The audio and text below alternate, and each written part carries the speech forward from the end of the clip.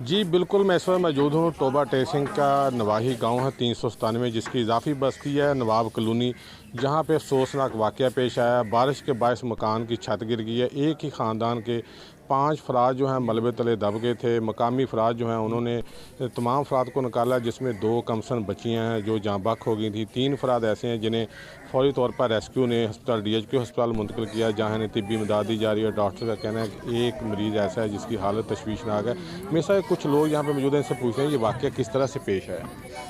जी ये बारिश की वजह से ये वाक़या पेश आया है जी। ये गांव है 397, इसकी इजाफी आबादी है।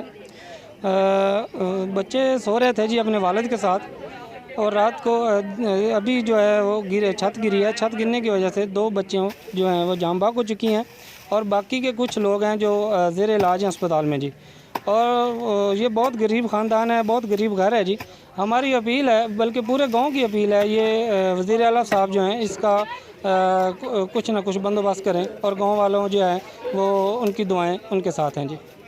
जी बिल्कुल, आपने इनकी बात सुनकर ये कहना है कि एक ही ख़ानदान के 5 अफराद जो है कमरे में सो रहे थे। बारिश के बाद पिछले चंद रोज़ से टोबा टेसिंग और गिरदोनवा में वक्फे से बारिश हो रही, जिसकी वजह से छत कमज़ोर थी। छत गिरने से एक ही ख़ानदान के जो 5 अफराद ज़ख्मी हुए हैं। रेस्क्यू जो है वो भी यहाँ पे पहुँची है, पुलिस भी यहाँ पे पहुँची है।